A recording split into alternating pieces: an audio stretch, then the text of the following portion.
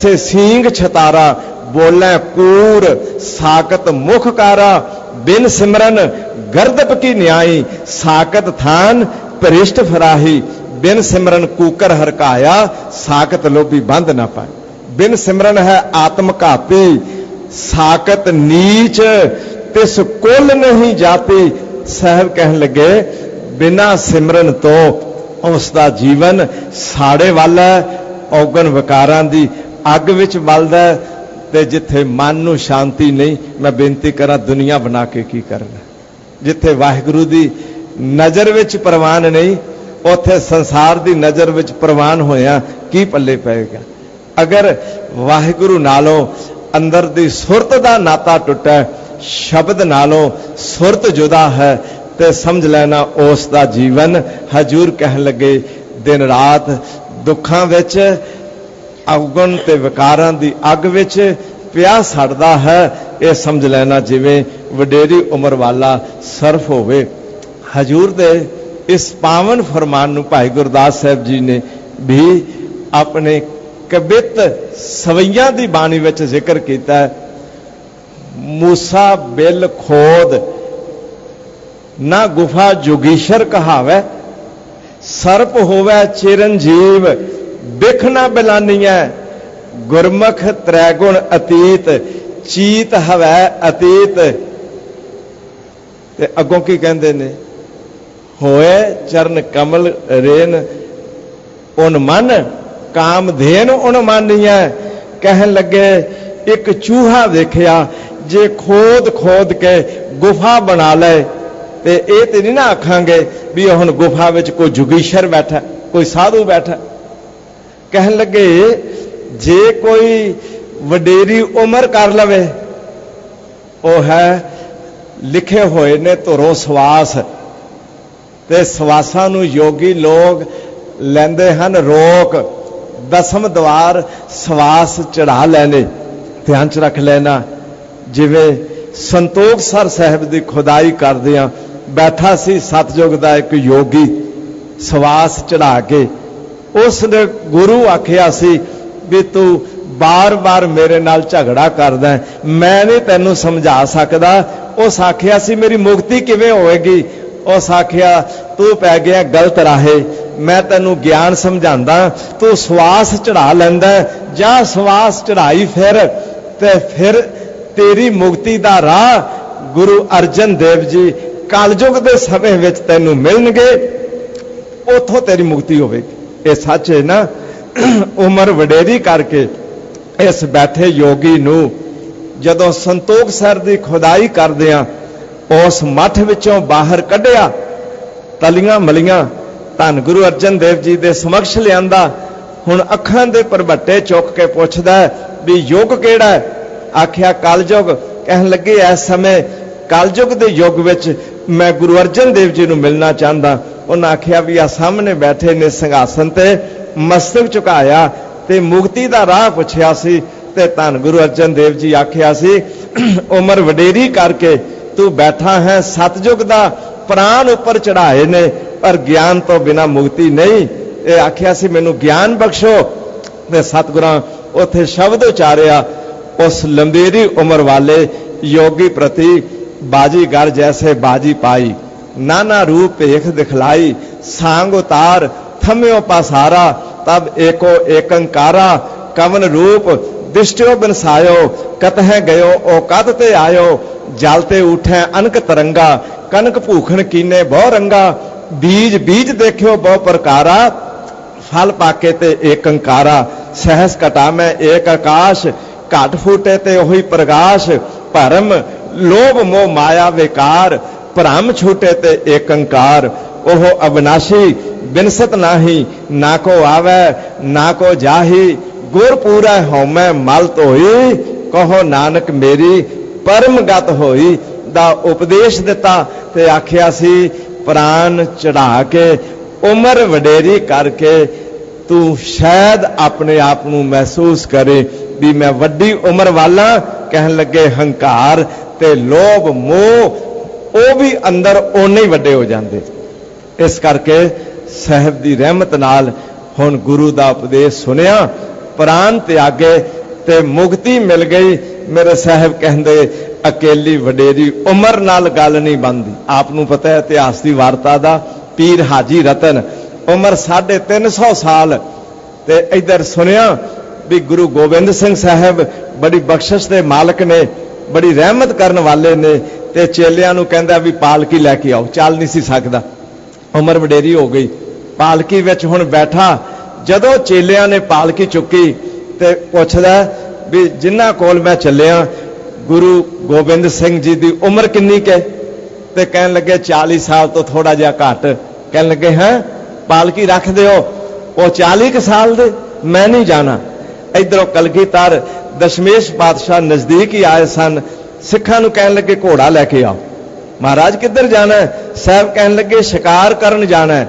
हुण घोड़े ते चढ़ गए, सिंह नाल होर घोड़ियां ते चढ़ गए। साहबां ने ज्यों घोड़ा दड़ाया, पीर हाजी रतन दे डेरे कोल आ रुके। सिख कहंदे ने पातशाहो आप ते कहंदे सो शिकार करन चले आ, ये पीर हाजी रतन दा डेरा है, इत्थे घोड़ा रोक लिया जे। साहब कहन लगे इसे दा ही शिकार करना है। हुण घोड़े तो उतरे, अंदर प्रवेश किया ते हुण सामने पीर हाजी रतन पुछदा भी ये कौन आए ने। हुण झट पहचान के एक इसका सेवक कहंदा ये गुरु गोबिंद सिंह आए ने। कहन लगे अच्छा अच्छा। हुण साहब पास खलोते ने ते पता की कहंदा, अच्छा अच्छा तुसी हो गुरु गोबिंद सिंह? ते मेरे साहब कहन लगे पीर जी मैं एक सवाल करदा, ये दसो कपड़ा भला पुराना होवे घसिया होवे वो कीमती हुंदा कि कपड़ा नवा होवे ते वो कीमती हुंदा? ते पीर हाजी रतन कहन लगा जी पुराने कपड़े की कीमत है, घसे हुए कपड़े की कीमत है? ते मेरे साहब कहन लगे 350 साल का शरीर का पुराना कपड़ा पा के ते गुमान पिया करदा मैं वडेरी उम्र वाला हाँ। ये गल जदों कलगीधर पातशाह जी के मुखों सुनी भी है इन्हां ते अंदर तीर मारिया है, उस समय हाथ जुड़ गए ते मस्त झुकाया। साहब कहन लगे वडेरी उम्र का गुमान नहीं करीदा, अंदर बंदगी वडेरी चाहिए, निमरता वड्डी चाहिए। ये सच है बिन सिमरन जो जीवन बलना, सर्प जैसे अरजारी जिमें सप वडेरी उम्र वाला है। इस तरह बिना सिमरन तो अगर उसकी उम्र जिन्नी मर्जी हो जाए, हजूर कहन लगे अंदर दा साड़ा मुकदा नहीं है जी। नव खंडन को राज कमावे, अंत चलै गो हारी। अगर नव खंडन को राज कमावे, तमाम धरती का राजा भी बन जाए, ते हजूर कहन लगे नवा खंडा विच जानी है, सारे संसार विच उसकी शोभा होवे, चक्रवर्ती राजा बन जाए, नव खंडा का राजा बन जाए, पर अंत चले गो हारी। नांगे आवन नांगे जाना, जदों अखीर वेला आउंदा उस समय कुछ भी नाल नहीं जाता, समझ लेना जिंदगी की बाजी हार जाता है। याद रख सिकंदर के हौसले तो आली थे, दुनिया से जब गया तो दोनों हाथ खाली थे। ये सच है वड्डे वड्डे राजन और भूमन ताकि तृष्ण ना बूझी, लपट है माया रंग माते, लोचन कशु ना सूझी। दिखया मैं किन ही तृप्त ना पाई, ज्यों पावक ईंधन नहीं त्रापै, बिन हर कहाँ अगाई। ऐ भलिया वड्डे वड्डे राजे होके भी अखीर वेले एक दिन दुनिया तो खाली हाथ तुर जाते ने। और एक अदीब ने बड़े सुंदर बोल लिखे ने, वो कहता है भलिया एक गल ध्यान च रख, जी रहे थे दुनिया में, जी रहे थे दुनिया में, हर रोज कपड़े बदल बदल कर, जी रहे थे दुनिया में हर रोज कपड़े बदल बदल कर, एक दिन कंधे पे उठा ले जाएंगे कंधे बदल बदल कर। ऐ भलिया एक दिन तेनू इको कपड़े विच ले जाना है, इको कफन विच ले जाना है, उथे तेरा जीवन का कुछ भी नाल नहीं जाना। इस करके मेरे साहब कहते ने भावें नव खंडा का राजा बन जाए, तमाम धरती का बादशाह बन जाए, पर अखीर वेले जीवन की बाजी हार जाता है। कहे कबीर किश गुण विचार, चले जवारी दोए हाथ चार। ना बैंक बैलेंस नाल जांदा है, ना सोना चांदी नाल जांदा है, ना राज गद्दी नाल जांदी है, ना संसार की शोभा ते मान वडियाई नाल जांदी है। एक चीज नाल जांदी है, जहां पंथ तेरा को ना सियानू, हर का नाम तै नाल पछानू। जय महापिहान दूत जम दलै, तह केवल नाम संग तेरा चलै। ऐ भलिया शुभ गुण नाल जाणगे, नाम जपिया नाल जाएगा। अंदर दी चेतना विच वाहिगुरु दा चिंतन कीता तां तेरे नाल जाएगा। बाकी संसार विच जो कुछ भी इकट्ठा कीता ही, कहंदे ने अखीर वेले तू जीवन दी बाजी हार के इस दुनिया तो डेरा कूच कर जाना है जी। गुण निधान गुण ते नहीं गाए, जा कौ कृपा तारी। यह है गुण निधान, यह है गुना दा खजाना।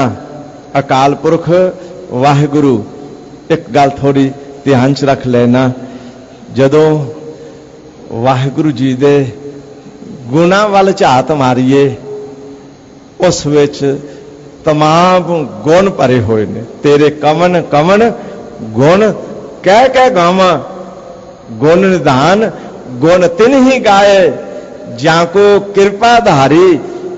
ऐ वाहिगुरु जे आप कृपा करो, तुमरी कृपा ते जपिया नाओ, तुमरी कृपा ते दरगाह थाओ। ऐ मालक आप कृपा करो, जिस ते आप जी की रहमत हो जाए, कृपा हो जाए, वो नाम जप सकदा है। इत्थे मैं एक बेनती करांगा, सिमरन करन दे लई तीन चीज़ां मुढ़लियां चाहिदियां। एक उद्यम, जे उद्यम ना करे ना अमृत वेले उठेगा, ना संगत विच आएगा, ना नाम जपन लई बैठेगा। एक तो उद्यम चाहिदा, दूसरा शरीरक शक्ति भी चाहिदी है। जे शरीर में शक्ति ना होवे, बह ना सके, मुखों बोल ना सके, अंग अंग कमजोर हो जाए, तो हालत ये हो जाए नैनो नीर बह, तन खीना पहे केस दुधवानी, रूदा कंठ शब्द नहीं उचरै, अब क्या करें पुरानी। इहो जी हालत हो जाए, उस समय भी नाम नहीं जप सकता। तो दूजी चीज उद्यम दे नाल है शरीरक शक्ति, ते तीजी चीज है अकल दी सियानप। जे सियानप नहीं है ना, तो फिर दुनिया वाल ते दौड़ेगा, पर नाम जपन वाल नहीं कभी मत साथ देवेगी। सियानप भी चाहिदी है, उद्यम भी चाहिदा है, ते शक्ति भी चाहिदी है। पर ध्यान च रखियो, धन गुरु अर्जन देव पातशाह एक शब्द विच फरमान करदे ने, ऐ मालक मैं तेरे चरनां विच एक अरदास करदा भी ये तिन्ना चीज़ां नाल ते नाम जपिया जांदा है, पर कृपा करो तिन्ना चीज़ां दे देण वाले दाता ते तुसी हो ना, ते तुसी कृपा करके तिन्ने चीज़ां मेरी झोली विच पा दिओ। उद्यम, शकत, सियानप तुमरी, ये तुहाडी चीज है। अकल दी सियानप भी तुसी दिंदे हो, हार भरियो स्वामी के द्वारा दीजै बुद्ध विवेका, ये सियानप भी दिती तुहाडी, ते शरीरक शक्ति प्रदान करने वाले भी तुसी, ते उद्यम करो करावो ठाकर, ये उद्यम देने वाले भी तुसी। उद्यम, शकत, सियानप तुमरी, दे ता नाम बखानी। ऐ मालक जे आप कृपा करो, ते तिन्ने चीज़ां दे सुमेल नाल मैं नाम जप सकदा हाँ। इस करके मेरे साहब कहंदे ने, गुण निधान गुण तिन ही गाए, उस गुण निधान दे गुण तिन्ना ने ही गाए, जाको कृपा धारी, जिस ते आप जी ने कृपा टिका दी, रहमत कर दी। आप जी की कृपा दे नाल ही वो नाम जप सकते ने। इस करके मालक दे चरनां विच रोज अरदास करना, मालिक साडे ते किरपा करो। आखो वाहिगुरु, फिर सारे आखो वाहिगुरु वाहिगुरु।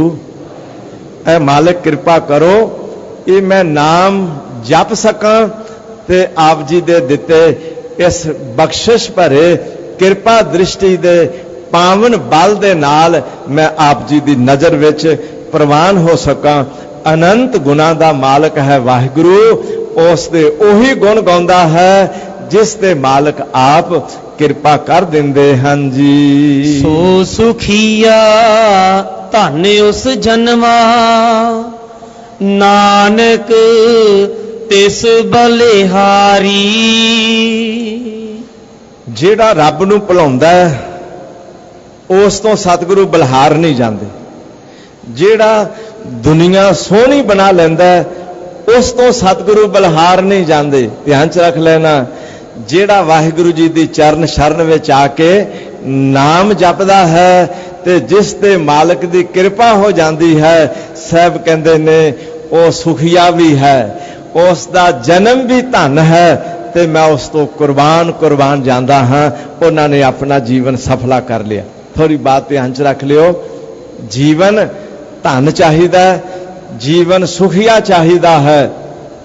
बहुता जीवन मंगीया ये नहीं चाहिए, उम्र वड्डी हो जाए जीवन बहुता हो जाए, नहीं ये मंगना चाहिए दाता सिमरन बहुता हो जाए।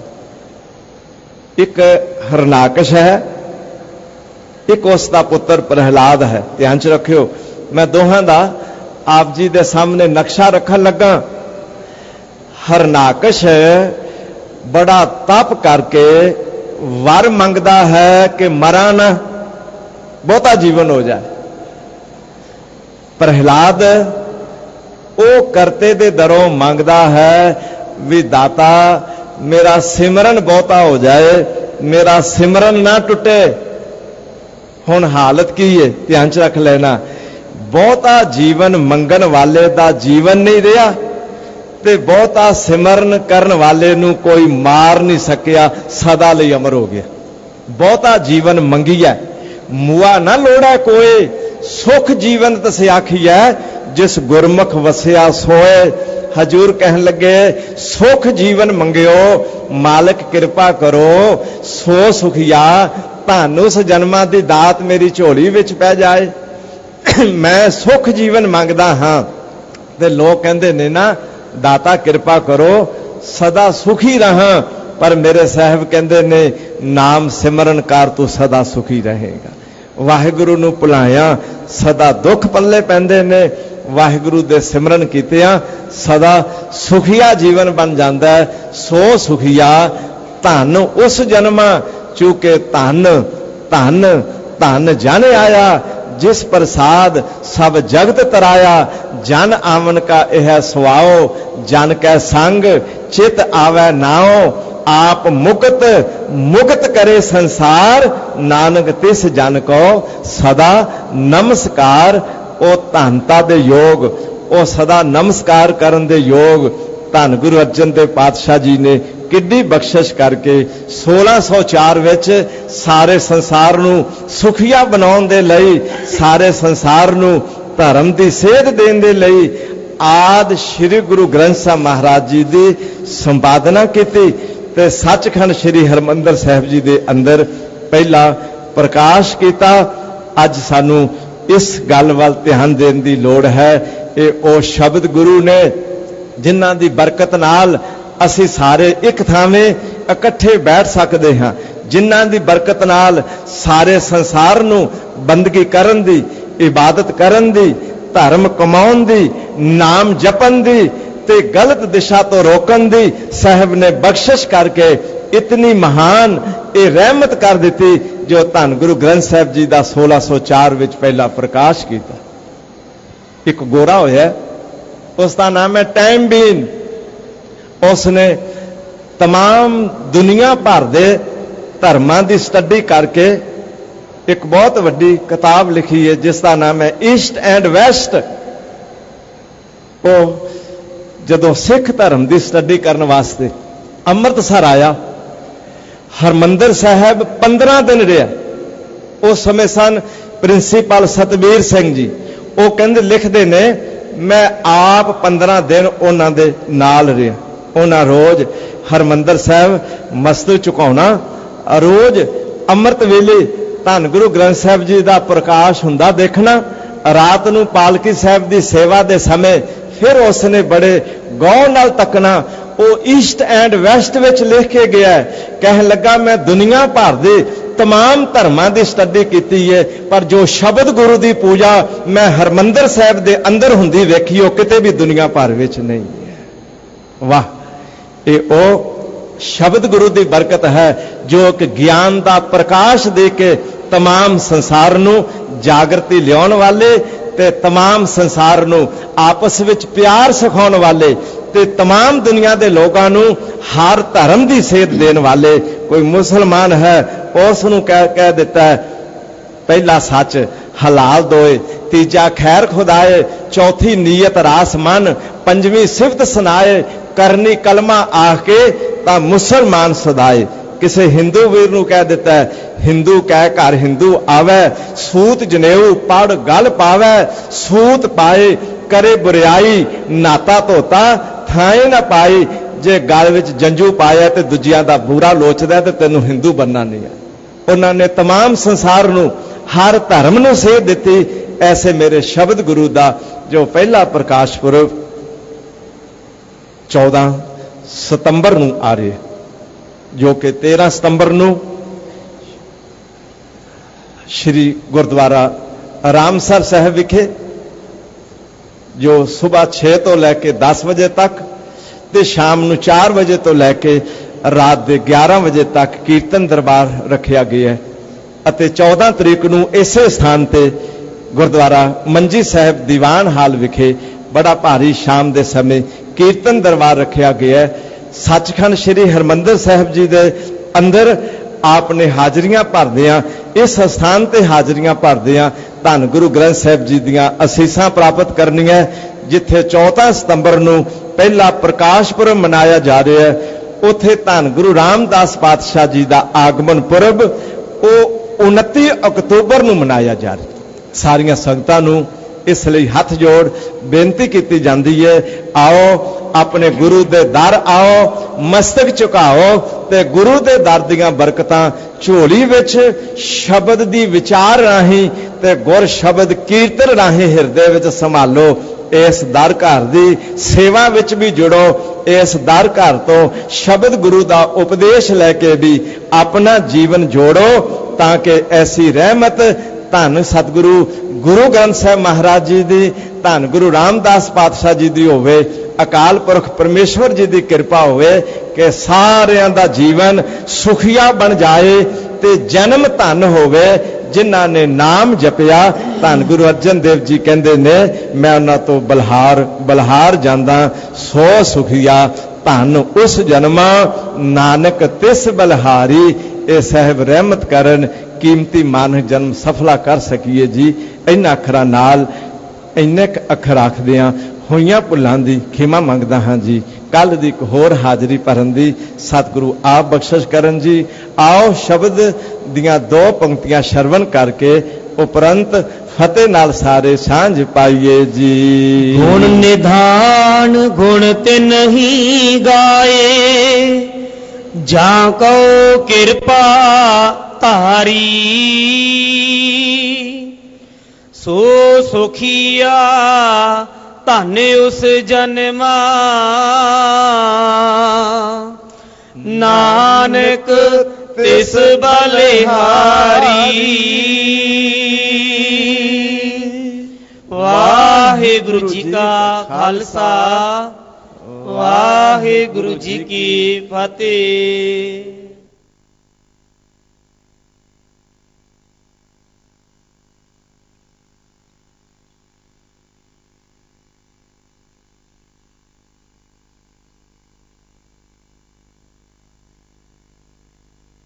था